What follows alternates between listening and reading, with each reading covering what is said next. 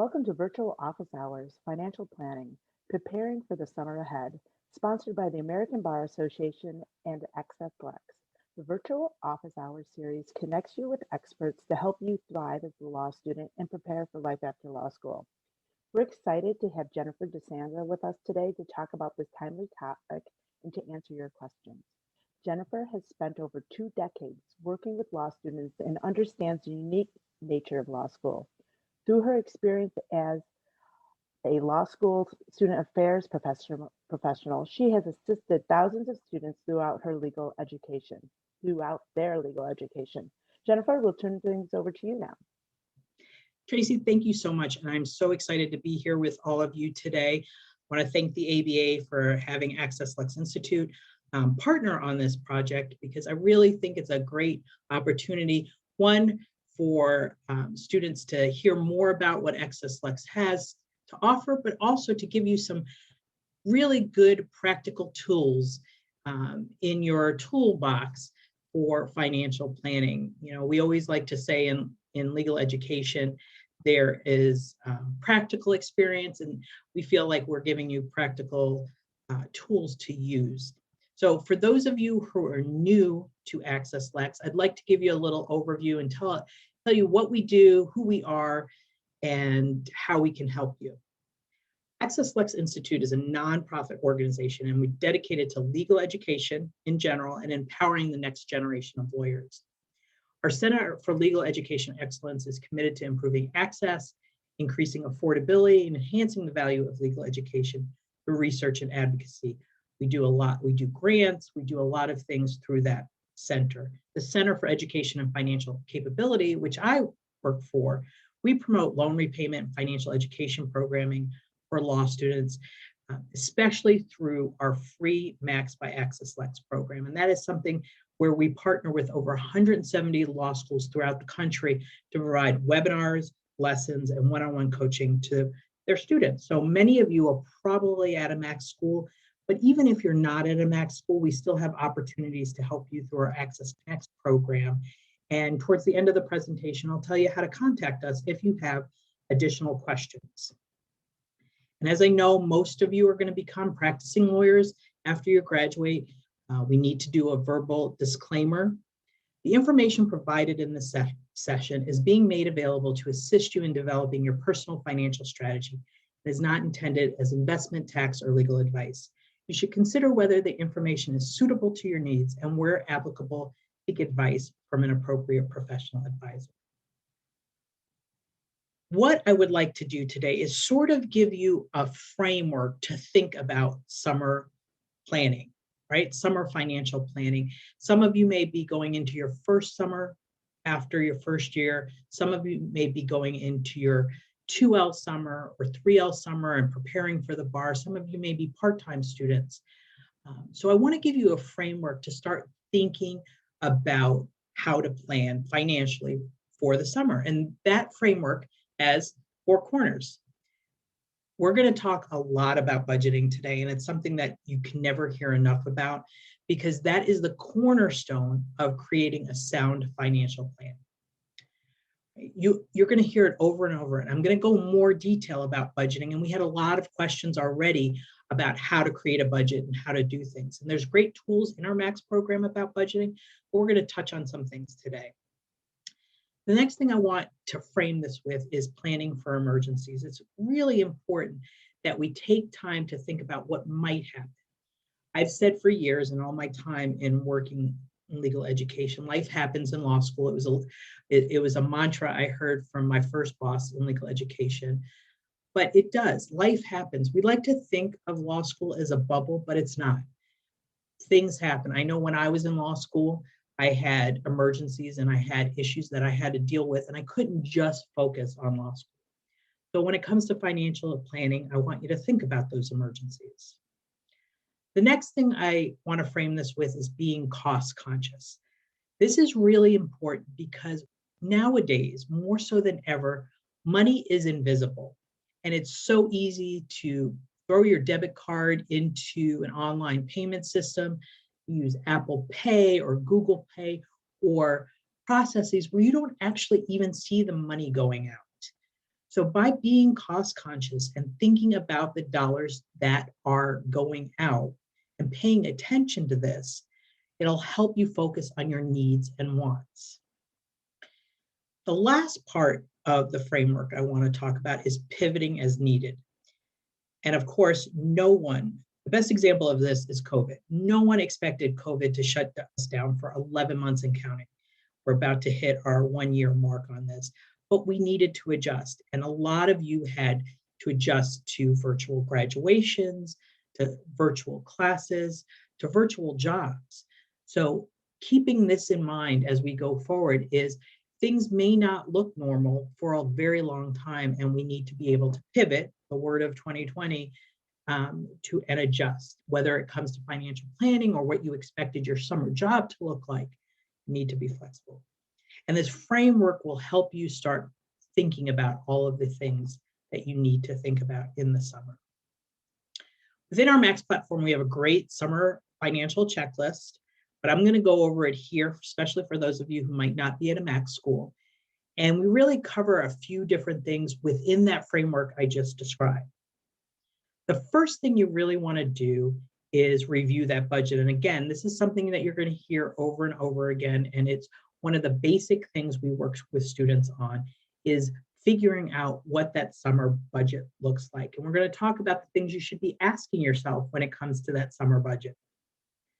You may have to reevaluate your housing situation. For example, some of you who are going to school remotely may actually still be living in a home and didn't have to move to the location of your school. And come fall, you may have to actually relocate, or maybe your housing situation didn't work out and you want to relocate. So you have to reevaluate your housing situation. The other thing you need to start thinking about is your next year, whether you're going to be a 2L or a 3L or a 4L for those part-time students, or if you're actually graduating in May and going forth into your professional career. What are the expenses that you're going to incur? Because you should be thinking about that now. Those of you who are graduating in May are going to be taking the bar this summer, but that doesn't mean you're the only ones who should be thinking about bar exam expenses. You can start thinking about bar exam expenses as early as your 1L year. There are ways to pay for the bar exam, and we're going to talk about that. And I know we have questions on that, but start thinking about it now. And then there is preparing for any upcoming large expenses. Some of you may even be having children. You may be buying houses or a car. All of these things have large consequences financially, so you want to be prepared for them. And all of these, again, fit into that framework where we just discussed thinking about. So the first thing I want to point out is budgeting. In our Max program, we call it a spending plan. A lot of people like the spending plan phrase because it really is about what's going out, what you're spending your money on. But it is just a fancy term for budget. We have a great worksheet and a great monthly spending plan analysis within the Max platform, but you're not limited to that. I myself love using an Excel spreadsheet because I get to manipulate everything. I get to project things. If this is going to cost this, how much is it going to cost that? But for those of you who don't want to use pen and paper like our worksheets or Excel spreadsheets, there are so many fintech apps out there that you can utilize. On most of our webinars, we ask students what they're using. There are great things out there to monitor your budget, to create a budget. But the most important thing about budgeting is that you have to find something that you're going to use, right? You can sit here on March 1st and create all your expenses, write down all your expenses, write down where your money's coming from, but without actually using it and paying attention to it, it's not going to work. Budgeting is the #1 tool we have to manage our finances. It's the baseline. It allows us to measure where our money is coming from, whether it's student loans or income or savings, but it also allows us to measure the money that's leaving, right, through our bills, our expenses, our tuition, whatever it is. So we need to use it to keep track. I worked with a student recently who said just that by budgeting, she was more aware of how much money she was spending on eating out and delivery services. I know a lot of people who have done that. And so she made a commitment, a short-term commitment to say, instead of spending X amount of dollars on delivery service, I'm going to use part of that as grocery and meal plan. So it gives you that consciousness about remember when I talked about cost conscious, it gives you that awareness, that mindfulness, whatever you want to call it, to make those changes. Once you know what you have, it's time to look at what you owe. So you really want to pay attention to that. And you may come to the end of a month or end of the week, or however you choose to do your budgeting, and say, wow, I was really short this week. I need to spend more time doing something else. I may need alternative income. I may need to cut back, just like that student example I gave. But you can begin to set specific strategies on how to get where you need to go. So again, remember, a spending plan or budget, that is the basic place where you want to go and where you want to start. I would encourage anyone who is trying to figure out where they're going to go and what they're going to do this summer to start creating a budget. Your budget today in February, on February 11, 2021, is probably going to look different than it may be in July 2021. But you need to start getting into the process and getting comfortable with it. So for those of you who are completing your 1L or 2L year, here are some questions that I want you to think about when you're creating that budget, when you're starting to think about what's important. So many of you may take unpaid jobs. You may be doing public service, or you may be doing other things that are unpaid. And you need to really think about where the money is going to come, or whether you have bills, whether you have living expenses, and all of that. So you can figure out, some of you may get a great summer job and you may have income that will cover everything. And some of you may be in between. So you have to figure out how you're going to cover those expenses, right? We already talked about the housing situation. You may need to leave this summer. You may need to move this summer. You may need to change your living arrangements.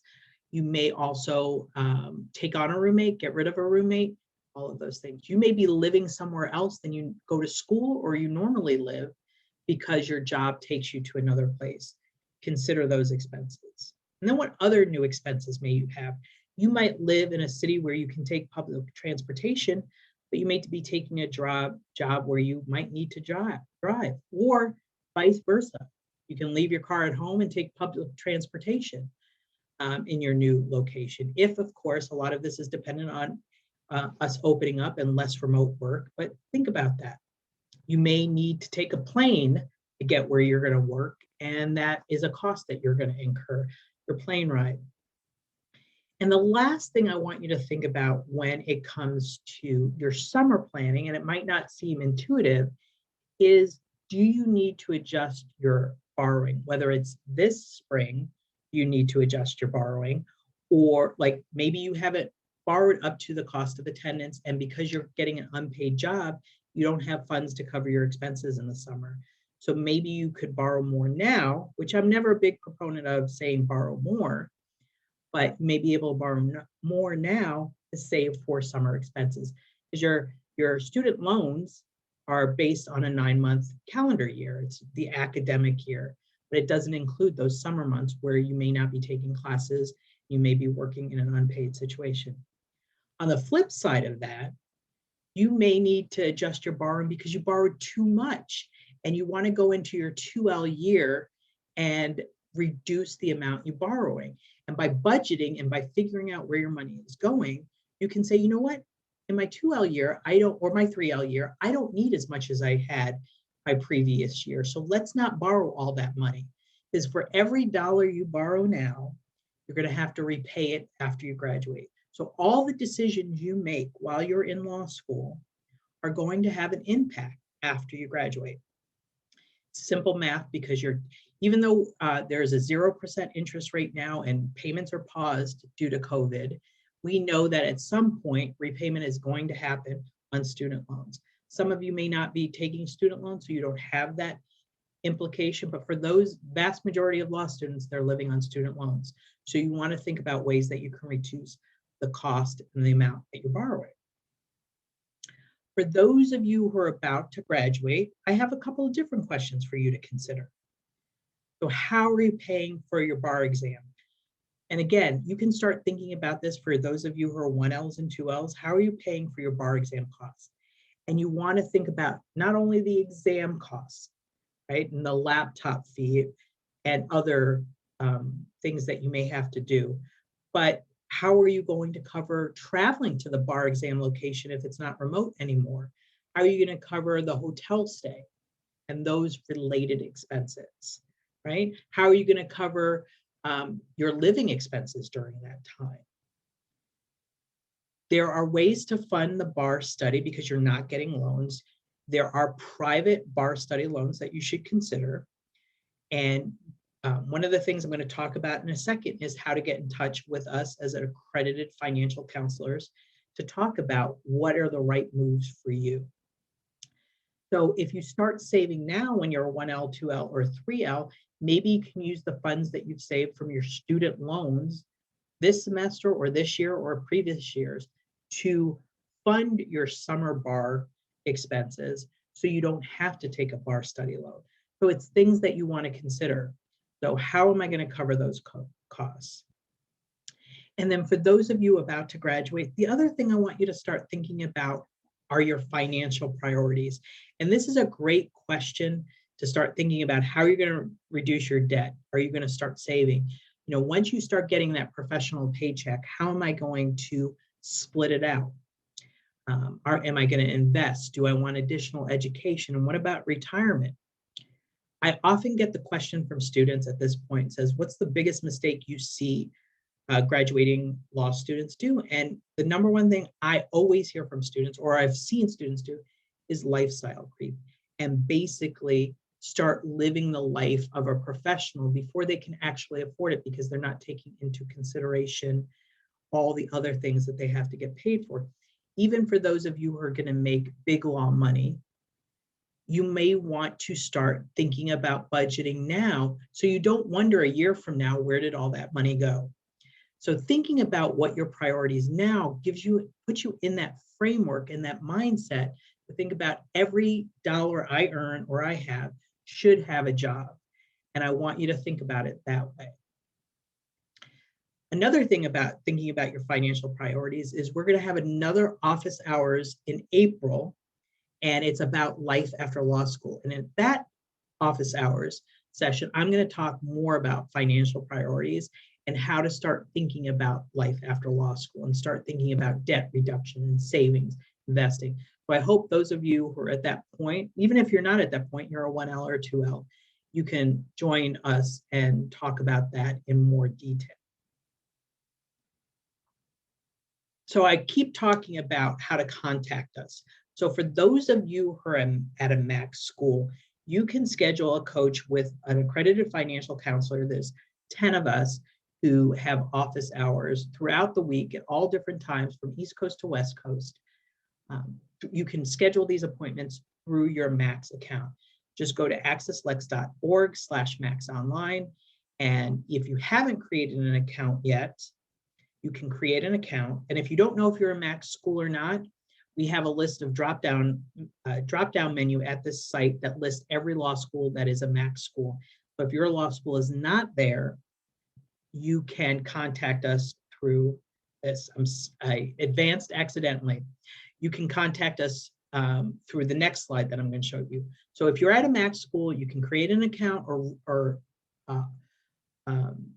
log into your account at accesslex.org/maxonline. We even now have an app. If you go to the App Store on your phone and look up AccessLex, Max by AccessLex, or just AccessLex, you can find our app and you can do everything that you do on your laptop or your desktop on your phone now. But you can schedule a meeting. These are free 30-minute meetings. All these services that we offer and everything I'm talking about today are free to you. We also don't charge the school that we partner with for these purposes or these services. We're a nonprofit, so we don't benefit off of these calls or profit off these calls or these partnerships with your school. So you can call us in as many times as you would like and discuss your financial strategies.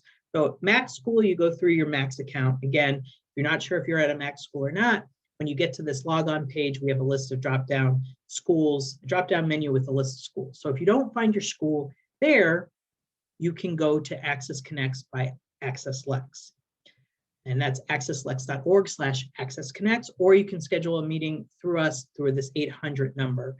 And you can meet with us there. We can talk about summer planning. We can talk about budgeting, whatever your personal finance concerns are. You can chat with us through either Max Online or Access Connects.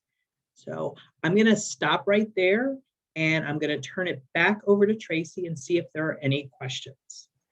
Sure, Jennifer, we have a question about the meetings. Can someone schedule a session with you, or are they assigned somebody else? You can select any one of the 10 accredited financial counselors. You can schedule it with me, or I'm listed as Jen D, because there's several of our Jennifers on the account. But we all have specialties. We all have different interest areas. We can all talk to you about student loan repayment. We can all talk to you about budgeting, but you might want to read our bios to see if there's some specific question you have that may pertain to one or another person, but you get to pick. And it's based on our schedule. We all have different hours that we're available. So you can pick based on who you may be interested in talking to, or if they have a specific area, or if the time works better for you. And we have, like I said, we have hours all across the day to cover all the coasts. I have colleagues out on the West Coast, in the Midwest, in Kentucky. We have people on the East Coast and in the South. So we cover all the time zones. Great, thank you. And Jennifer, do you have any last minute comments before we wrap it up for today? I don't, Tracy, other than I want to thank everybody for joining us today. And I really enjoyed talking to you. And I hope that I meet you on a coaching call or see you on a Max webinar. But I want to thank everybody for your time today. Great, thank you. And we want to thank everyone. I also want to thank everyone for joining us today. And a special thank you to Jennifer and AccessLex. We hope that you'll join us for upcoming virtual office hours programming. So please visit the ABA Law Student Division website. Take care.